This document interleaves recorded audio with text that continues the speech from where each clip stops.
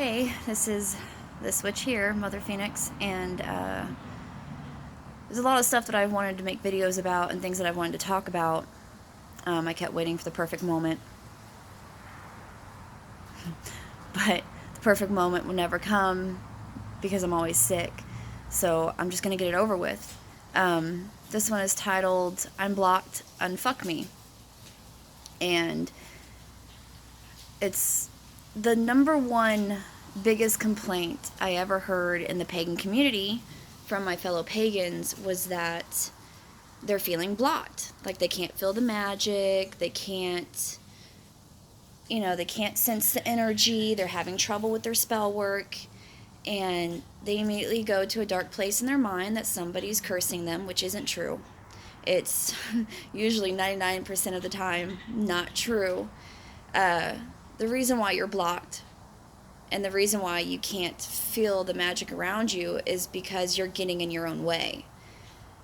There's all kinds of reasons why you can't feel magic around you or you're not performing as well as you thought you were. It goes from things that are stressing you out, health issues, environmental issues. These things can block your energy because I believe that the whole basis of a good spell is the energy that you pull into it. And in order for you to pull energy into it, you got to pull energy from yourself, and through your surrounding areas. But if you're blocking yourself because of something that you're holding on to, you're never going to get anywhere with it. This could be things from your past, but you got to get right with yourself. You have to unfuck yourself. That is my favorite meme when it comes to paganism. Unfuck yourself. Because if you don't, nothing's going to get right. I mean, my situation, I've struggled with health for the past 8 years. And my health prevents me all the time. If I don't feel good, I can't feel the energy. I don't have enough energy in my own body to use it to pull energy from somewhere else. And it's just, I go years without practicing because I hurt too much. So you got to get right. You got to confront the damages of your past. You got to stop clinging to being a victim. That was my biggest pet peeve in the pagan community when I was doing events, is meeting complete strangers for the first time and they would unload their entire lifelong hatred for everything onto me. And that's why I stopped doing events. That's why I stopped going to public events and stopped wanting anything to do with the pagan community. Because none of them could see that they liked being a victim. They loved it. Even though it was hurting them and destroying them and holding them back from their true potential. If you have damages from your past, you got to get right with that. You got to confront those situations. And if you can't, there's therapy. There's doctors. There's all kinds of things that you can do to help yourself move on. You don't have to forgive, but move on. Get past it somehow. If it's health issues, that one's a really tough one to struggle past, because if you're not feeling good, you're not feeling good. Go see a doctor. Get it done. Do the things that are necessary to change your lifestyle to get better. Do what you have to do. Because if you don't, you're never going to be able to move forward. You're never going to be able to feel that magic around you again. If it's toxic people in your life dragging you down, get rid of them. They're not important. They're not worth it for your own mental stability, for your own emotional and spiritual self. They're not worth it. So if you're feeling blocked, take baby steps. Try, doing something simple. Just like my favorite thing to do for healing is I'll be standing in the hot shower and I'm imagining that the water is washing over me and washing away all my worries, like a full body cleansing and baptism.